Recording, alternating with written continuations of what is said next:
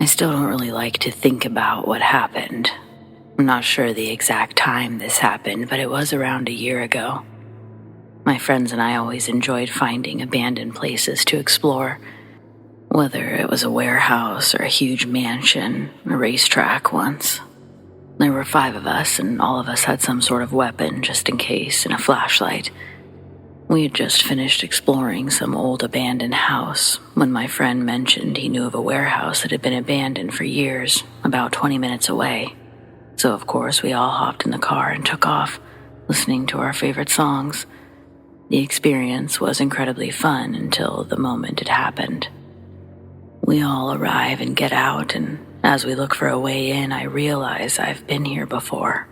So is my friend Pearson, who's right behind me. Both of us are indifferent about it. It's still fun to go look, so I find a gate to jump over. The gate will be a key factor in the future. I inform my other friends that I've been here before, and it's a pretty cool area, just small. We walk in and see paint tearing off the walls, smashed glass everywhere. The floor has a layer of trash, and a rancid smell reeks the entire time. You get used to it, however, so we didn't really have any complaints. But then I realized something. There's a basement. All of a sudden, my friend looks at me startled and says, "The basement door was open last time you were here." He's right, but for me, I don't necessarily get scared easily, so big deal. Who cares? Others have probably visited recently. Who knows? But this is where the scenery gets in your head. Everything is in ruins. You can see other rooms through the holes in the walls. Then the smallest corner in the far back of the warehouse is a slimy stairway down to a basement with a door to the left. I recall the previous time I went in and remember one key detail. The basement door only locks from inside. I tell all of my friends this cautiously and look down the shaded corridor into the darkness.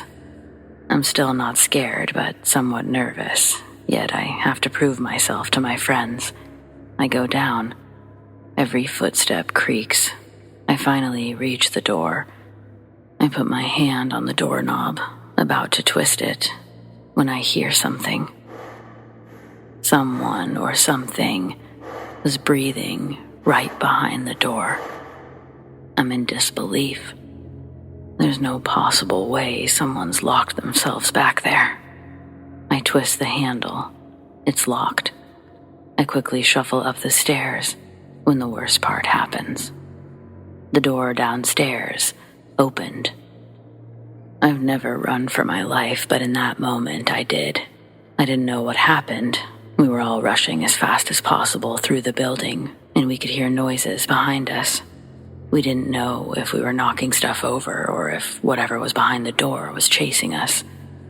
I run a lot, so I was the first one outside. I see my hope, the gate. All I have to do is plant my foot, hop, and climb over. Foot's planted. I jump. A hand grabs my hoodie and pulls me down to the floor. It's my friend. I won't reveal his name. He's grabbed my jacket and pulled me down to the floor.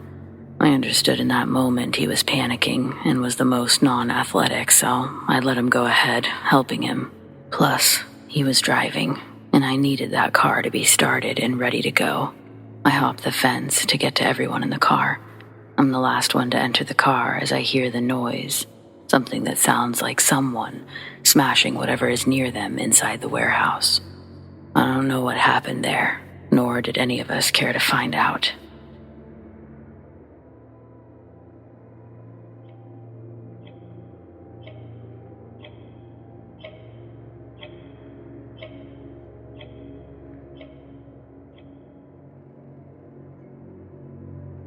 A few years ago, I was hiking in the woods in northern New Hampshire when I ran across what looked like an abandoned house.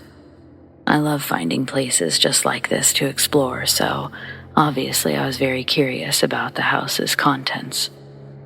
There was a pathway to the house made of stones that had been covered with weeds and various other vegetation.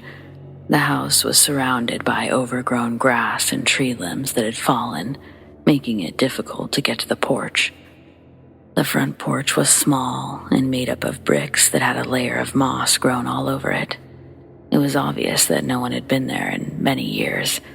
The front door was intact and locked from the inside.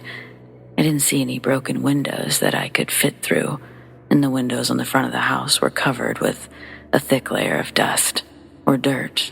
I couldn't see inside. I checked to see if the windows would open, but I suppose the wood had warped and swelled, so none of them would open. I gave up on getting inside the house and settled for walking around the backside of the house to explore the grounds around instead. When I made my way to the backside, I found a window that was a bit less dirty, and I was able to peek inside. I couldn't see much. What I did see was an area rug and what looked like a small table beside the window. I decided to try the back door on the off chance that it would be open and I could find out exactly what was going on with this mysterious house. Lo and behold, the back door was unlocked, but when I gave it a slight push, I could feel the frame was loose and weak. It didn't take much force to push it open. What I saw once inside completely took my breath away. I was standing in a kitchen, complete with dirty dishes in the sink, a drain board with old cups and glasses turned upside down from being washed but covered in a thick layer of dust now. There was a small kitchen table with drinking glasses on it and a newspaper that dated back to June of 1959. The cabinets were stocked with dishes, and there was a tall pantry that contained various jars of preserves of fruits and veggies that had obviously been canned by hand. Everything was covered in dust. I continued to walk through the house and found each room I entered to be completely furnished and covered in dust or dirt. There were spider webs throughout the entire home, as well as signs of rodent activity.